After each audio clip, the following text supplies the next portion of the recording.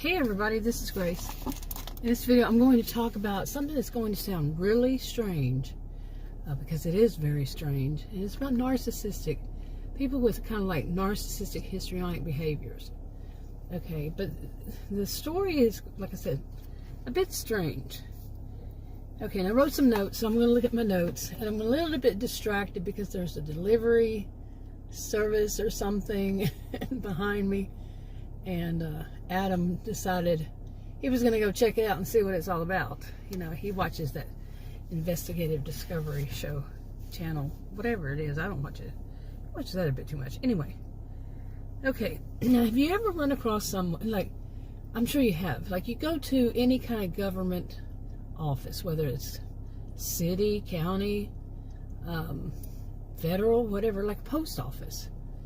And there are people working, and you see them on a regular basis. Anytime you go in there, maybe you live in a smaller town that's not a revolving door job for any of them. Where I live, most jobs of any kind seem like revolving door jobs. That's what we call them. But anyway, they're there like 89 days. Get the hint? Anyway, but you go to these places like in your town or your city, and you go to the same one each time, and you know the people. You basically kind of like grew up with them. And so you know them, you've seen them working many, many years, and you know how you've seen them so many times, you know how they have to move this way and they have to move that way to get this form, or they walk back to the back to get something. And you've seen their whole, like they have routines with all this. You know, so you know how they move and everything. I know that sounds strange, but it's important. So, you know, there's certain places. I grew up in a small town. Well, some would call it a small town, some would call it a small city. But it's in Texas. Anyway, I mean, I'd go to the post office. I've seen the same people there. You know, I had seen them when I was young and when I lived there. And I'd seen them since I was young, since I was a kid. Or the doctor's office, or, you know, to the post, besides the post office, the doctor's office, you know, any kind of place like the pharmacy, any city place building, that was the same people over and over and over. Okay. And so I kind of knew how they moved for that particular job. So many interruptions, but, yeah, we don't know what it is. Somebody's getting stuff delivered. Okay. Big, huge truck, major one. They parked right behind our driveway, of course, and I mean, they parked legally on the other side of the street, but to get out, yeah, I'd have to do quite the maneuver. It's one of those big trucks. Anyway, nothing unusual. Anyway, so where was I? Let's see. You know, like I was saying, like you kind of know, even if you live in a city, like where I live, it's a huge city, and but I would still go to the ones that are closest, and I would see the same people, like the post office. I would see the same people working there. Those kind of jobs usually aren't revolving door, but other ones, yeah, plenty of them. So anyway, now I know that this all is still sounding strange. Now imagine, okay, that there is people making videos. Okay, people who are making videos. And they're sitting, like, say one is sitting at I'm going to use a male and a female example. The female, she's sitting at a desk. And she's talking about just subjects, general kind of subjects, that she had invented her own kind of job. Okay, she created her own kind of job. And it's basically mimicking her sister's job that her sister actually has, her younger sister, and went to college, university, and earned the degree so she could do it. And she sometimes, her name's Cassie, I'm going to use that. This is a hypothetical-fictional. Cassie is older, and she's sometimes a sister. They travel across the United States, sometimes abroad, and to do this job. But Cassie puts out there that her sister, Willow, is her sister's name, would be lost without her because she does so much for her, and she really needs her older sister's guidance. And no, she doesn't. Okay, she doesn't. Willow went to university. Willow knows what she's doing. Willow is just giving her sister Cassie something to do. Okay, yeah, every once in a while she needs an assistant, but she could do it all herself if she wanted to. Okay, she's giving her sister, you know, something to do, Cassie. But now Cassie gets on video. Okay, she makes videos for Virtual County. We'll call it Virtual County. And the other one, what did I call it? The Outcast or something like that. Outcast Online. And she gets on these and she sits at her desk and she acts like she's very professional. Okay, and acts as though she knows what she's talking about. And her physical movements are copycats of what her sister actually does. Okay, you know, when her sister is having to write up stuff and you know, whatever she does to write, type, whatever, you know, her movements, her body movements, even, she copies those. She copycats them. That's not what Cassie does. It's what Willow, her younger sister, does, the one that has the degrees and is doing it. You see, she copycats those. Even everything that she can, she tries to lay claim on. You know, that her sister is actually the one doing. She just helps her out every once in a while. But she tries to lay claim on them. Even the physical non-verbals, okay? The non-verbals, like gestures and movements, and like as if the post office movement, you know. But all she's doing is, Cassie is sitting there making a video. But she's doing those movements and the facial expressions like she's superior, and even the way she sips her tea, her coffee with her pinky up, you know, trying to make herself look very sophisticated when all it's doing is she's making a fool of herself. Because people know her, some people. You know, the Virtual County is for the whole county, and the other one is for the whole county. And people know one another in that county. It's not a huge, it doesn't have a big city. So, okay. I got distracted again because that huge truck, diesel, I don't know what it would be called, but it got stuck trying to turn around here. Yeah, it's not a good idea for those things to come down here. But anyway, it got stuck in trying to turn around. Real life is happening in the middle of this video, that's for certain. It usually does. But anyway, so you know what I'm talking about. They will try to capture the whole essence of that person that they are copycatting. And I mean, everything about them, even their catchphrases, their body movements. But they come off like they're as though they're kids playing Tea Party, or dress up, or makeup, or whatever. They're playing as though that they're the same age as their parents or their grandparents, and it doesn't come off right because they're not there. The children are not there at that age. They just copy. They're just mimicking. Okay, they have models and they mimic. Well, that's what some people, that when they grow up, they still continue to do it because they think that if they fake it, they make it. They think that that's how it is. They're always fake. Okay, they're just fake until you actually go out and do the work, like Willow did. Actually went out and did the work, got her degree that she needed in order to do her job. Not just say, oh, well, she needs me, you know, that kind of thing. No. There were 2 diesels. No wonder what the heck is going on. Yeah, okay. But anyway, you see what I'm saying. Now, another one. I mean, I said I use a man as an example. Travis. Okay, Travis is Willow's age. Travis actually knows Willow. He's in love with Willow, but Willow doesn't know it. Okay, now Travis, he works one day. Well, not one day. He works part-time and sometimes seasonal for the local lumber yard. Now, I was telling Adam, what are the terms people use for those kinds of places? You know, like, without naming the store name, but they call them, like when I grew up, they call them going to the lumber yard, because it was mainly lumber. But they had stores inside, you know, they had a store inside where people went and paid for it and ordered, and you know, there were other kind of items, sometimes even for anything that's construction within a household, they would have most of those items. And they would have, you know, items used for building all around. various stuff. But they weren't always that huge. They just had a lot of lumber there. We call it the lumber yard. Sometimes lumber store.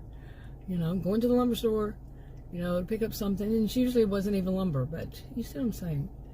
And, you know, nowadays some of them have like, what is it? You know, a nursery, garden nursery, you know, or at least somewhat. You know, okay, well now Travis works in a place like that. And he works inside the inside desk. I don't know what they call them, what people call those. It's not really just the cashier. He does a lot of other stuff. But he's often at that desk. Not desk, but you know, he's standing, but it's still got all that stuff on top of it. I have vague memories when I was a kid going to. I don't frequent those places. So, and it's not the big kind. It's not the chain stores kind of thing. It's just a local small town, a small area thing. And anyway, he works in there part-time, seasonal, whichever it is, whenever he's really needed, but mainly on Saturdays. Saturdays, his days, he works there. And but other days he does too, whenever they're needed.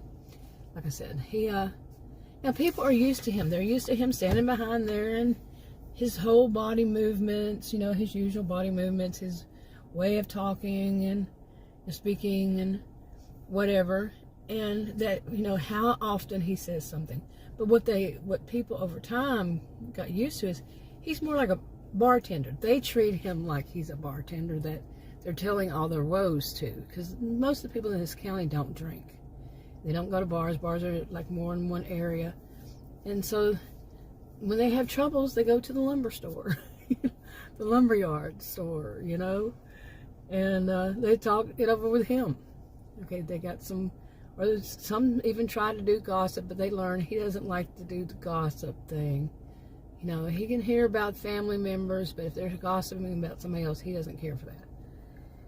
And that's what some of them do. So but they know him. They know his, like I said, his whole verbals and his nonverbals. How he's, you know, over time they learn who he is and everything. He started working when he was a teenager. He's in his early 40s. Okay. So anyway, he also, and that's not his main job. His main job is he does videos. And he does videos on any topic that he deems is important enough to do topics on. But he does do videos on topics he knows about. These are all that he knows about. And like some of them have to do with home repairs.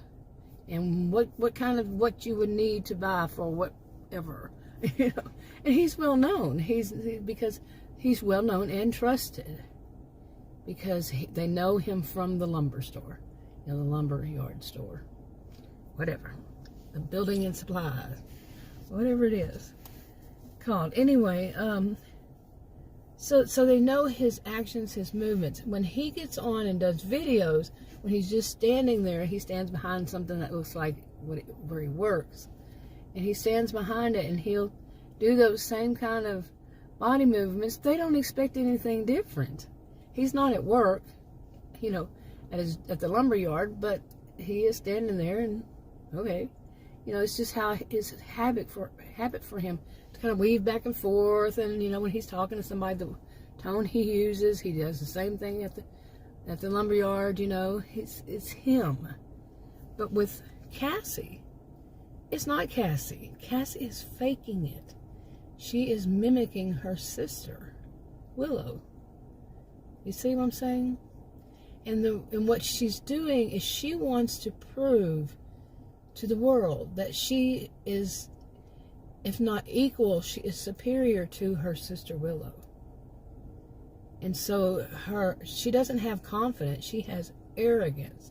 And it's in a narcissistic way. She believes that everybody should believe her because if it weren't for her sister Willow wouldn't be where she is today. You know this type?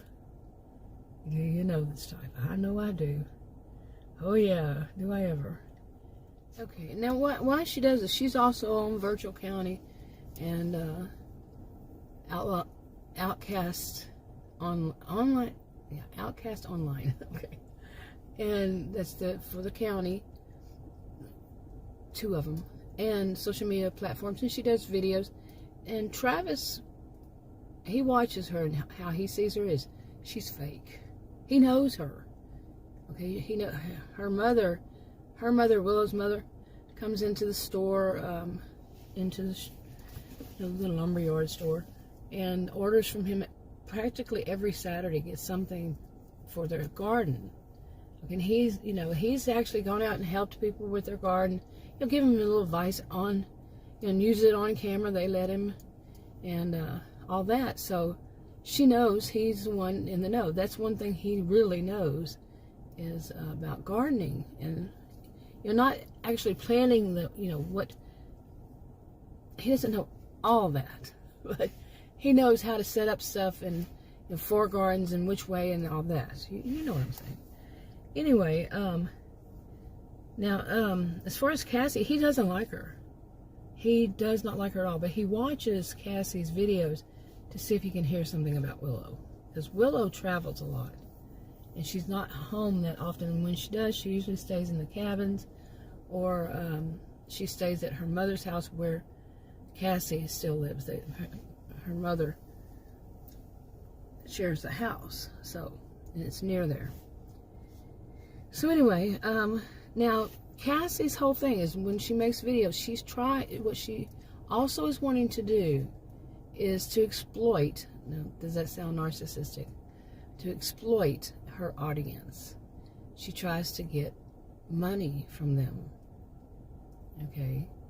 And this is not, it's not, if she puts out that she has this business that she really doesn't. She's not qualified to have that kind of business, and but she puts it out there that if you want her assistance and her this and that, which she doesn't have. She's mimicking her sister. She puts it out there, and that's her way. She thinks, I'm also helping my sister, and she would be lost without me. She wouldn't have all that she has without me. That whole thing I said already. So she's using, she's exploiting others, her audience. Anyway, do you all of us know somebody similar to this somehow, some way? I don't know. Anyway, like I said, hypothetical fictional. Read the disclaimers in the description box below this video on YouTube. And these are just my opinions and all that. You can read that. And I'm a social and behavioral scientist. Taught at college and university, but now I'm doing stories and have been for years on various channels. This one actually is for the characters on a different channel that do the characters that do this. I haven't put up the one about Travis yet, so I have to make it first. But they're rough draft recordings, very rough. Things may change on whim if it doesn't fit, and sometimes I get the ages wrong and do little things. It helps me to organize by doing rough draft. I learned that years ago. Rough draft recordings, and helps me to organize them. Big mystery, lots of storylines, series on various channels, and I just have got to get them out there. I've uploaded many that I haven't made public yet, but I'm working on it. Anyway, I'll talk to you on another video.